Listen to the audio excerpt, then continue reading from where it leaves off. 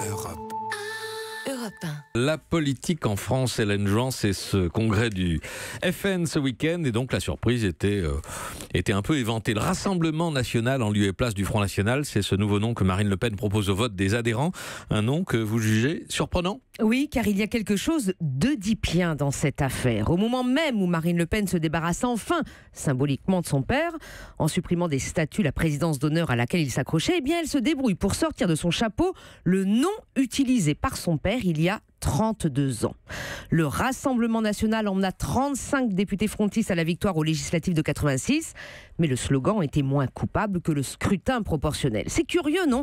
Que parmi les centaines de combinaisons possibles, elle se retrouve au final avec la fusion sémantique du Rassemblement Bleu Marine et du Front National. Ah, ce satané cordon avec papa.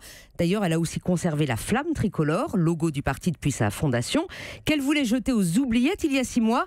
Elle ne s'est résolue à faire que la moitié du chemin, comme si au dernier acte du parricide, son bras avait tremblé. Il n'y a plus Florian Philippot à ses côtés pour la sommer d'achever le geste. Ce changement de nom n'est pourtant pas anodin. Marine Le Pen en a longuement fait elle-même l'explication de texte. Pourquoi Rassemblement National ?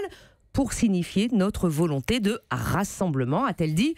Tautologie implacable. Elle part du postulat que les électeurs de centre-droit partis chez Emmanuel Macron, la grande coalition des nationaux est de mise pour les prochaines européennes. Postulat partagé par Laurent Wauquiez, à qui elle tend ostensiblement la main, mais partagé à moitié seulement. Lui aussi est convaincu qu'il ne sert à rien pour l'instant de courir après ses électeurs centristes perdus.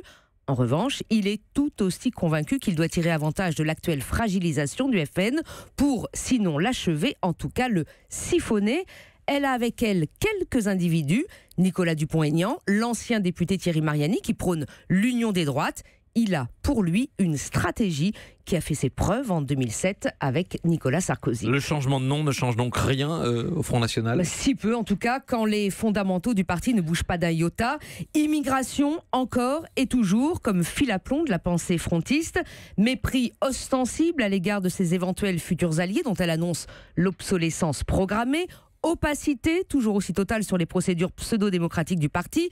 Même entourage pour garde rapprochée avec l'ex-Gudard, Frédéric Chatillon, qu'on a vu dans son sillage et qui laisse songeur sur le renouvellement promis. Provoque évidemment avec l'invitation lancée à Steve Bannon, héros de l'alt-right américaine.